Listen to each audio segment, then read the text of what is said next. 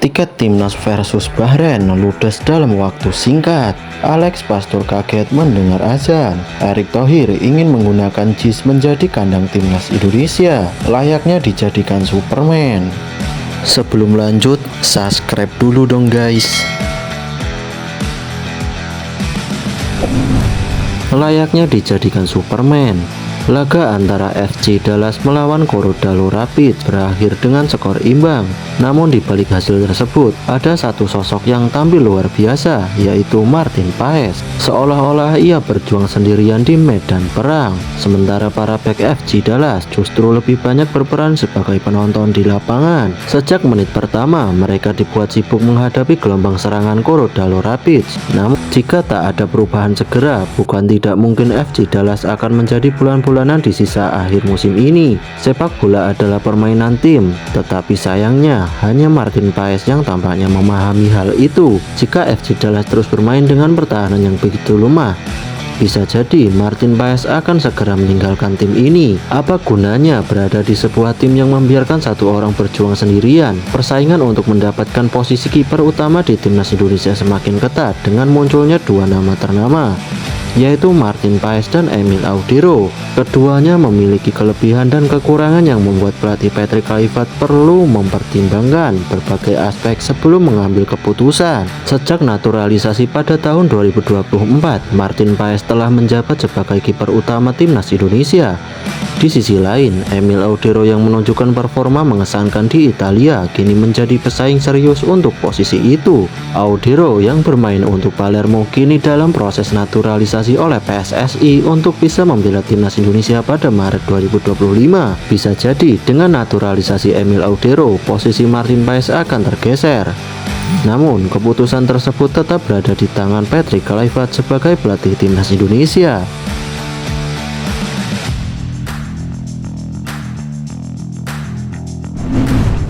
Tiket timnas versus Bahrain ludes dalam waktu singkat.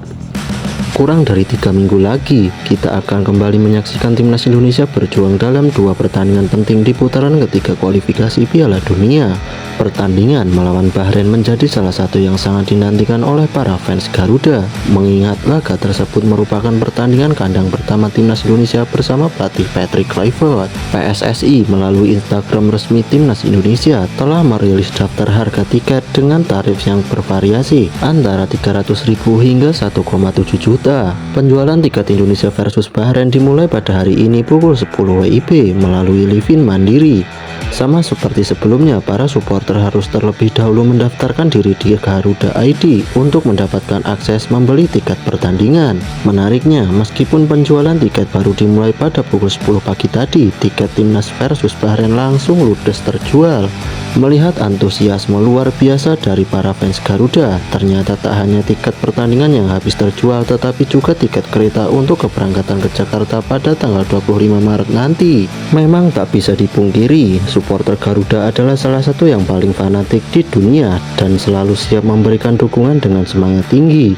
Pada laga nanti, sekitar 70.000 penonton diperkirakan akan hadir di Stadion GBK untuk mendukung timnas Indonesia. PSSI sebenarnya hanya merilis 60.000 tiket ke publik.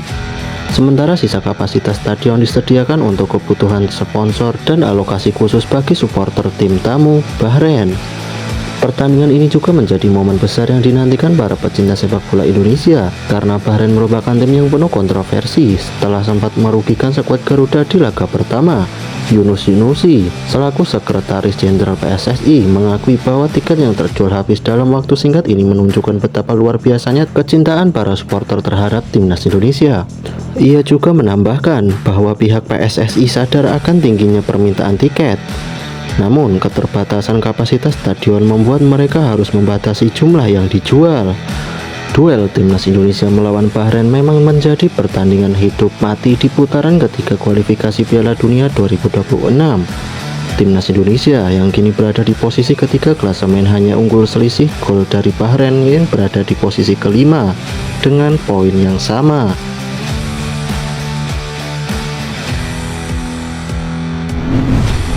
Erick Thohir ingin menggunakan JIS sebagai kandang timnas Indonesia. Lagi-lagi, Erick Thohir selaku Ketua Umum PSSI membuat gebrakan baru yang bisa membuat fans timnas Indonesia kagum. Salah satunya adalah keinginannya agar Stadion Jakarta International Stadium digunakan sebagai kandang timnas Indonesia. Tentu saja jika Stadion JIS dipakai sebagai markas skuad Garuda, stadion ini akan menjadi tempat yang paling menakutkan bagi lawan-lawannya.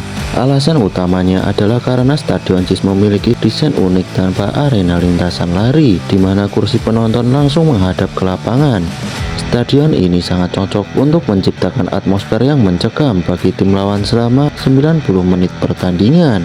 Kabar mengenai PSSI yang tengah memperjuangkan JIS sebagai home space timnas Indonesia muncul setelah Erick Thohir bertemu dengan Gubernur Jakarta Pramono Anung di Pendopo Balai Kota Jakarta pada Senin kemarin. Dalam pertemuan tersebut, Erick Thohir menilai bahwa tidak mungkin timnas Indonesia dengan segala kelompok umurnya terus-menerus menggunakan Stadion Gelora Bung Karno. Oleh karena itu, Jakarta International Stadium menjadi kandidat kuat yang akan diusahakan PSSI untuk digunakan oleh timnas Indonesia. Apalagi jika pertandingan Indonesia versus Bahrain digelar di Jakarta International Stadium, maka atmosfer yang tercipta akan lebih mengerikan bagi tim tamu dibandingkan jika diadakan di GBK. Namun, menggunakan Stadion JIS bukanlah perkara mudah. PSSI harus mempertimbangkan akses transportasi yang masih terbatas di stadion tersebut. Oleh karena itu, Erick Thohir bersama Gubernur Jakarta akan berusaha secepat mungkin membenahi akses transportasi menuju JIS, terutama untuk Transjakarta, MRT, dan LRT. Selain itu, Erick Thohir juga membahas kemungkinan gelaran Piala Presiden 2025 pada Juni hingga Juli mendatang, yang akan mengundang tim-tim dari luar negeri dengan pemain timnas Indonesia. Untuk itu dibutuhkan dua stadion besar, yakni Gelora Bung Karno dan Jakarta International Stadium.